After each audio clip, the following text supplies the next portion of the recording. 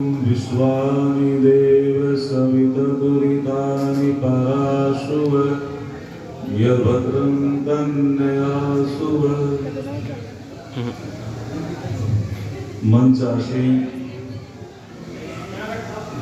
हमारे महाशय जगमाल जी जो बहुत ही अच्छे भजन सुनाए और इस मंच का बड़े ही कुशलता से संचालन कर रहे हैं आचार्य सिकंदरपाल आर्य जी, आर्य जगत के प्रसिद्ध विद्वान, वेदों के प्रकांड पंडित आचार्य विष्णुमित्र वेदार्थी जी, युवा भजनोपदेशक भाई संदीप जी, महाशय हरिचंद जी और हमारी बेटी सुकीर्ति आर्य जी, सभी आर्य समाज के प्रधानमंत्री, कोषाध्यक्ष, प्रधान जगदीश जी, भाई अजेश जी, सुनील आर्य जी, हमारे वकील साहब वेद प्रकाश जी, सभी जो है लगभग मैं सभी को जानता हूँ, सुरेश चंद जी, लेकिन समय के अंतर्गत अपनी बात रखता हूँ। सभी का मैं मंच की ओर से स्वागत करता हूँ, अभिनंदन करता हूँ। वंदनीय मातृ शक्ति, बहुत ही सुंदर कार्यक्रम अभी हम श्रवण कर रहे थे। ऐतिहासिक भजन रखे महाशय जगमाल जी ने। आइए थोड़ी सी आध्यात्मिक चर्चाएं आपके बीच में रखते हैं। स्वामी दयानंद महाराज जी ने आर्य समाज का जो नियम बनाया, भाई दीपक जी जरा ध्यान देकर सुनेंगे, भ्राता दीपक जी।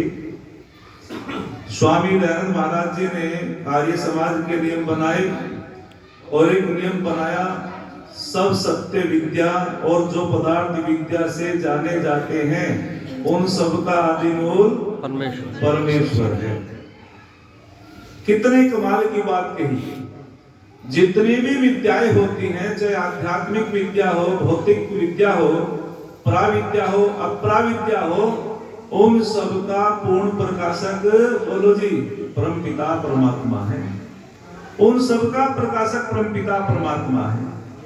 पूछा गया ऋषि दयानंद से आध्यात्म क्या है, तो स्वामी दयानंद महाराज जी उत्तर देते हैं कि जिस शास्त्र में आत्मा का अध्ययन होता हो उसे आध्यात्म कहते हैं। और भौतिक क्या है? सांसारिक विषय वस्तुओं की जानकारी जिसमें हो उसे भौतिक शास्त्र कहते हैं। और ऋषि दयानंद ने इतनी ऊंची परिभाषाएं लिखी। एक ने प्रश्न किया स्वामी दयानंद से, जी संस्कृति किसे कहते हैं? तो ऋषि दयानंद कहते हैं विद्या सुशिक्षा जनिता नीति संस्कृति। अर्थात जो विद्या को जान लेता है, शिक्षा को जान लेता है, उससे उत्पन्न जो नीति होती है उसका नाम संस्कृति है। और जिसमें ना विद्या है ना शिक्षा है वो तो विकृति है।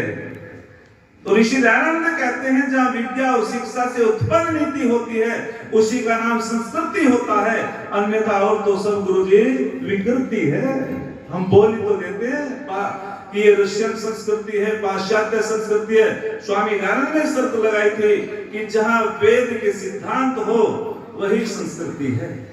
आगे बहुत सुंदर बात कही कि आध्यात्म उसे कहते हैं जिसमें आत्मा का अध्ययन होता हो।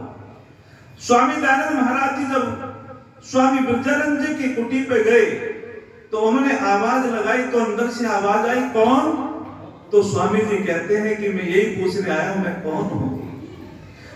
जब ये प्रश्न हमारे अंदर उत्पन्न हो जाता है, हमसे आध्यात्म शुरू होता है, मैं कौन हूं, मैं किस लिए आया हूं, क्या उद्देश्य है मेरा। तो अंदर से आवाज आई, कौन? तो स्वामी जी ने कहा मैं ये पूछने के लिए आया हूं, मैं कौन हूं। स्वामी ब्रजानंद ने कहा तो विलक्षण है, कोई विलक्षण व्यक्ति है। इस आवाज को सुनकर के जब स्वामी ब्रजानंद ने अपनी कुटिया का दरवाजा खोला, लोगों उस दिन स्वामी ब्रजानंद ने अपनी कुटिया का दरवाजा नहीं खोला। केवल स्वामी ब्रजानंद ने अपनी कुटिया का दरवाजा नहीं खोला था, बल्कि पूरे भारत के भाग्य का दरवाजा खोला था, आर्यवर्त के भाग्य का दरवाजा खोला था। और स्वामी दयानंद स्वामी ब्रजानंद के चरणों में बैठ करके आज ग्रंथों का अध्ययन करते हैं। तो आगे समय के अंतर्गत में अपनी बात पूरी करनी है, तो मैंने आपके बीच में बताया, प्रश्न रखा कि भौतिक विद्या आध्यात्मिक विद्या क्या है। तो आगे बहुत सुंदर बात कहते हैं ऋषि दयानंद कि आध्यात्म जहां ये हमारे अंदर जिज्ञासा उत्पन्न हो जाती है कि मैं कौन हूं।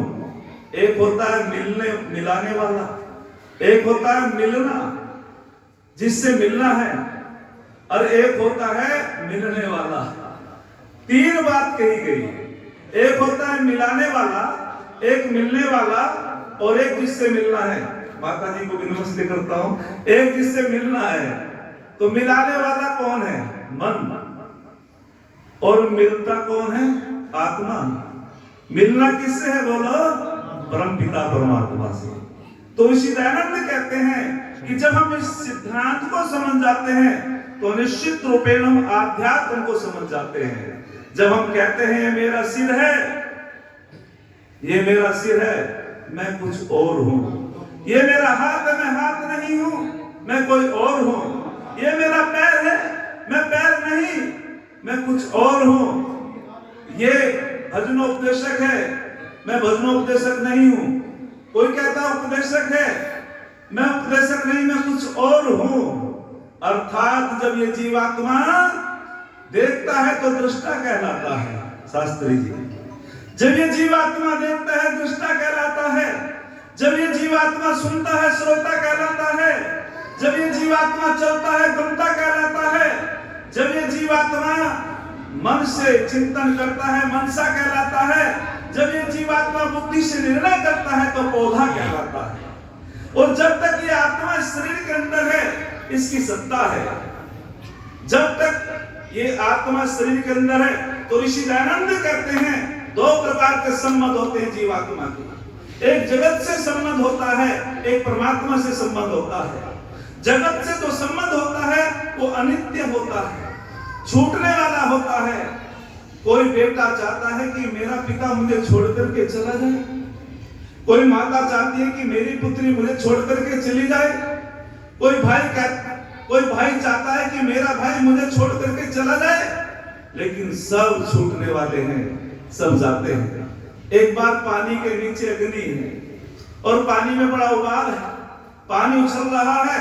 एक व्यक्ति पानी के पास गया, पानी ने कहा मुझे छूना मत, अन्यथा गड़बड़ है, जला दूंगा। 1 घंटे बाद फिर वो व्यक्ति गया तो पानी शांत है। उसने कहा पानी से अब तुम्हारी वो उछल कूद कहां गई, उबाल कहां गया? बोले वो तो जब तक था जब अग्नि का संपर्क था। अग्नि शांत हो गई, बोलो मैं भी शांत हो गया। इसीलिए जब तक ये जीव आत्मा और प्राण हमारे अंदर है, हम उछलते हैं, चलते हैं। और जब ये प्राण और आत्मा निकल जाता है तो हम शांत हो जाते हैं। एक शब्द आपने सुना होगा, पैवर्ग। शास्त्री जी ने तो पढ़ा है, गुरु जी ने भी पढ़ा है, पैवर्ग। तो पैवर्ग और एक शब्द शास्त्रों में है अपवर्ग। क्या कमाल की बात है। शब्दों पे चिंतन करेंगे, पैवर्ग अपवर्ग। अर्थात जो पैवर्ग को समझ जाता है, जो पैवर्ग के सिद्धांत को समझ लेता है, वही तो अपवर्गी होता है। पैवर्ग क्या है? पै से जो पाप से बच जाता है। पै जो पापी नहीं होता वो फंसता भी नहीं है। कहां? इस संसार में आकर के वो फिर बंधन में भी नहीं आता है। और जो पाप नहीं करता वो फंसता भी नहीं, वो बंधन में भी नहीं आता। और फिर उसको भय भी नहीं होता। किस चीज का? मृत्यु का। 5 शब्द आगे ना गुरु जी। जो पापी नहीं है वो फंसता नहीं है, जो फंसता नहीं है वो बंधन में नहीं आता है। जो बंधन में नहीं आता उसको भय नहीं लगता है। जिसको भय नहीं लगता किसका? मृत्यु का। पुनरपि जननम पुनरपि मरणम पुनरपि जननी जठरे शयनम। अर्थात वो बार बार आवागमन के चक्र से बच जाता है, वो मोक्ष को प्राप्त हो जाता है, उसका केवल्य हो जाता है। फिर प्रश्न पूछा ऋषि दयानंद से, मुक्ति क्या है? बोले छूटना। किससे छूटना चाहते हो? दुखों से। दुख क्यों आते हैं? बार बार जन्म से। बार बार जन्म क्यों होते हैं? अविद्या के कारण। जड़ को चेतन मानना, चेतन को जड़ मानना, सत्य को सत्य मानना, असत्य को सत्य मानना। नित्य को नित्य मानना, अनित्य को नित्य मानना। तो ऋषि दयानंद कहते हैं जब व्यक्ति अविद्या में फंस जाता है उसका बार बार जन्म होता है। और एक कमाल की बात कहते हैं न्याय दर्शन का हवाला देते हुए स्वामी दयानंद कि जब ये जीवात्मा की प्रवृत्ति संसार में बनी रहती है उसका बार बार जन्म होता रहता है। जैसी जैसी प्रवृत्ति होती है उन्हीं संस्कारों को लेकर के उसका जन्म होता रहता है, मरण होता रहता है, जन्म होता रहता है, मरण होता रहता है। और बहुत कमाल की बात कहते हैं ये प्रवृत्ति क्या है। कहते हैं कि एक बार एक महात्मा जी निकले जा रहे थे और एक महाशय जी अपनी दुकान पे बैठे, गर्मी बड़ी भीषण गर्मी पड़ रही थी और बड़े परेशान है, पसीनों पसीने। कहते भगवान इससे तो उठा ले। हमारे एक महाशय जी कहते हैं कि लोग कहते हैं भगवान मुझे उठा ले, कि भगवान तेरा ठेकेदार है भाई, आना तो देना ही पड़ेगा, भगवान मुझे उठा ले। महात्मा जी को दया आई, महात्मा जी ने कहा बाबा जी बड़े परेशान हो, चलो मेरे साथ चलो, आप गर्मी से परेशान हो, चलो मैं तुम्हें अच्छी जगह ले जाऊंगा, तुम्हें गर्मी नहीं सताएगी, तुम्हें स्वर्ग में ले जाऊंगा। एक शब्द आपने सुना होगा, हम शब्दों पर जब चिंतन करते हैं तो एकदम अर्थ कुछ और निकलता है और उसका लौकिक अर्थ कुछ और होता है, यौगिक अर्थ कुछ और होता है। तो उन्होंने कि चलो मैं स्वर्ग में ले जाऊंगा। अब स्वर्ग का मतलब समझ रहे होंगे माता जी, अकबर होने के बाद मिलेगा भाई लेकिन स्वर्ग का मतलब बताया ऋषि ने, जहां सुख और सुख की विशेष सामग्री हो उसे स्वर्ग कहते हैं। जहां दुख और दुख की विशेष सामग्री उसको बोलो नरक कहते हैं। कहीं आसमान में नहीं होता स्वर्ग नरक। तो उन्होंने कि अभी तो मेरे बेटे का विवाह संस्कार नहीं हुआ, ये होती है प्रवृत्ति, 1-2 साल बाद में चलूंगा आपकी साथ। बोले ठीक है। महात्मा जी का फिर चक्कर लगा, बोले बाबा जी अब चलो, बोले अभी पोते का मुख नहीं देखा। बोले अच्छा। फिर चक्कर लगा 2-3 साल बाद में, बोले तो पोता भी हो गया, बोले भी छोटा है से खिलाएगा कौन, फिर चलूंगा। फिर महात्मा जी का चक्कर लगा, वो तो आकर के देखा तो उस घर में बाबा जी है ही नहीं। बाबा जी का जन्म हो गया लेकिन बैल के रूप में नहीं है। योग साधना के माध्यम से योगी जी ने देखा, अरे अब तो तुम बैल बन गए, अब तो चलो। बोले जी मेरे परिवार वालों को तो पता नहीं लेकिन मुझे तो पता है, मैं बड़ी ईमानदारी से इनके खेत की जुताई करता हूँ, अभी 10-5 साल और रहने दो। बोले ठीक है। फिर महात्मा जी का चक्कर लगा, फिर आए तो फिर कुत्ते के रूप में मिले, वही है। उन्होंने किया अब तो तुम कुत्ते के रूप में हो गए, अब तो चलो अधोगति को जा रहे हो। बोले जी मैं इस परिवार की रखवाली करता हूँ और इन्हें तो पता नहीं लेकिन मुझे तो पता है, मैं किसी को घुसने नहीं देता, मेरे बेटे तो जंगल में जाते हैं, मैं रखवाली करता हूँ। बोले अच्छा। फिर महात्मा जी का चक्कर लगा तो वे कुत्ते के रूप में भी नहीं थे, आकर के देखा तो गंदी नाली का एक कीड़ा बन गया। योगी ने फिर देखा, योग साधना के माध्यम से, बोले अब तो गंदी नाली के कीड़े बन गए, अब तो चलो। तो वो क्या कहता है, इसे कहते हैं आसक्ति, इसे कहते हैं प्रवृत्ति। वो कहता है कि महात्मा जी एक बात बताओ, मैं तो इस नाली में ही मुझको आनंद आ रहा है, मैं छोटी छोटी आंखों से अपने परिवार को देखता हूँ, तुम मेरे पीछे पड़े हैं कि स्वर्ग में चलो, तुम्हें कोई और नहीं मिला संसार में, जो कोई और जाना चाहता उसे ले जाओ, मुझे तो यही आनंद आ रहा है। इसे कहते हैं प्रवृत्ति, इसे कहते हैं आसक्ति। तो ऋषि दयानंद कहते हैं जब व्यक्ति आसक्ति में फंस जाता है उसका बार बार जन्म होता है, बार बार मरण होता है। एक बार महर्षि याज्ञवल्क और महाराजा जनक का संवाद हो रहा है। महर्षि याज्ञवल्क ने महाराजा जनक ने पूछा, ऋषिवर मैं पूछना चाहता हूँ कि व्यक्ति किसकी ज्योति से देखता है। ऋषिवर ने कहा कि सूर्य की ज्योति से देखता है। अच्छा मैं भी आपसे पूछूं कि हम कहां से देखते हैं, किससे देखते हैं, तो हम उत्तर यही तो देते हैं, आंखों से देखते हैं।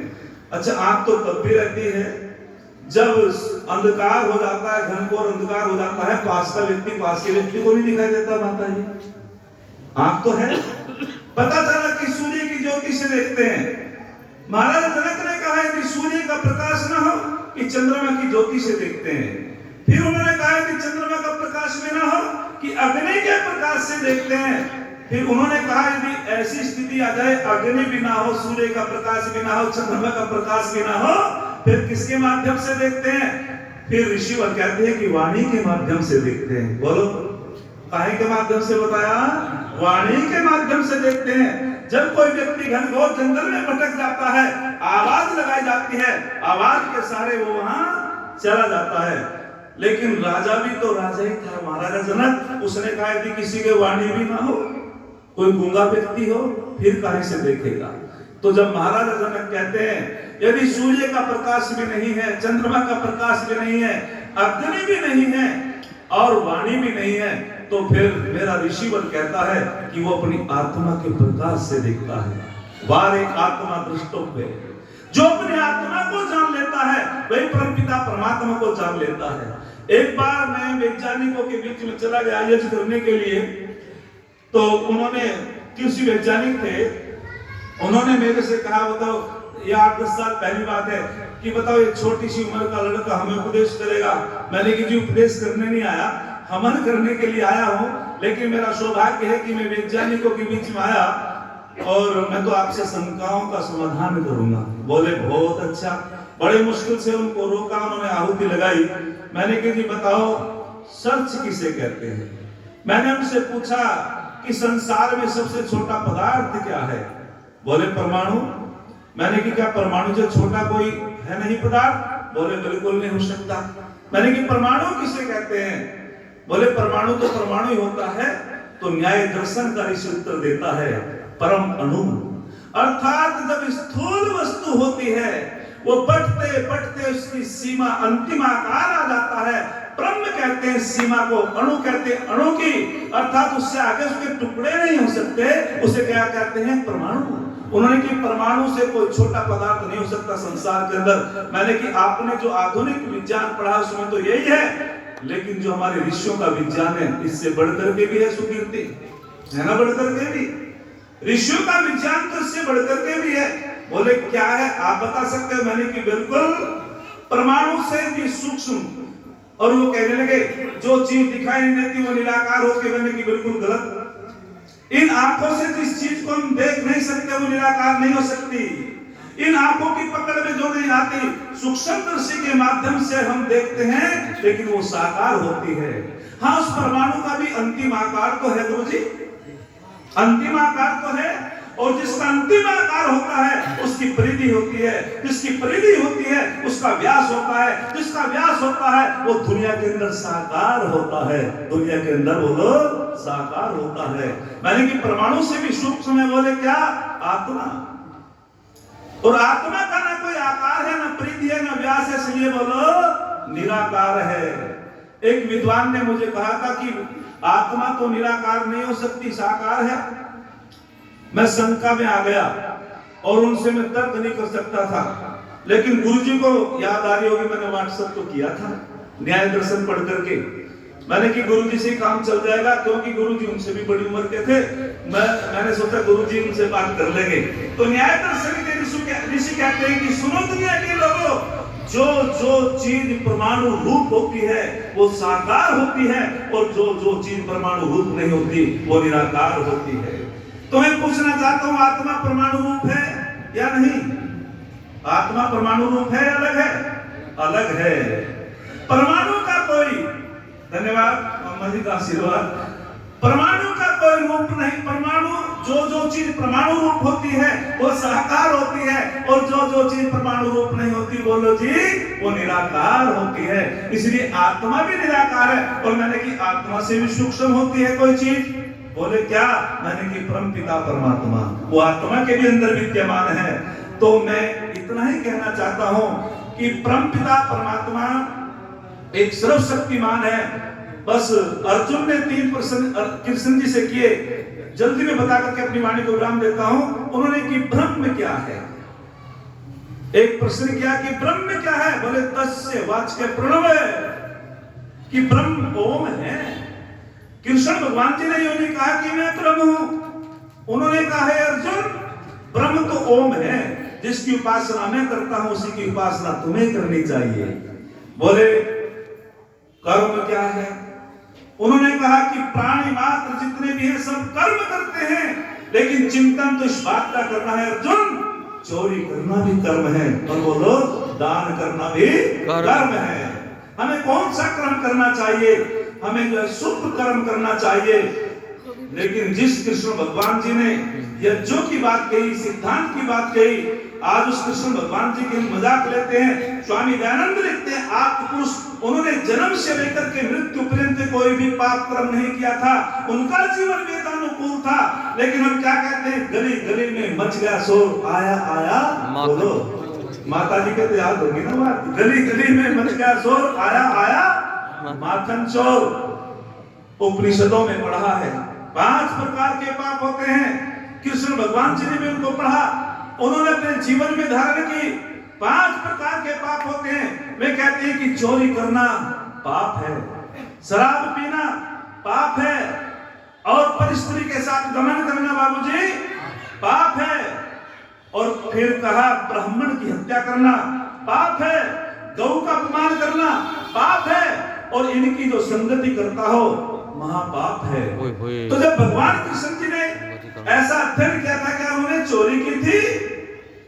अच्छा, हम कीर्तन करते हैं, उसकी अपकीर्ति करते हैं, अपकीर्ति करते हैं, दोष लगा दिए ऋषियों पर। अधिक न बोलते हुए मैं इतना कहना चाहता हूं, जो ऋषि होते हैं परमपिता परमात्मा के प्रतिनिधि होते हैं। जैसे सत्यम वै देवा अमृतम मनुष्य, जैसे परमपिता परमात्मा सत्य है, ऐसे ऋषि भी सत्य ही बोलते हैं। उनके जीवन में कभी झूठा व्यवहार बोलो नहीं होता।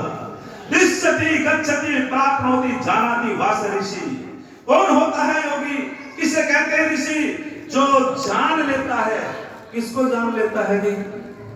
किसको जानता है ऋषि?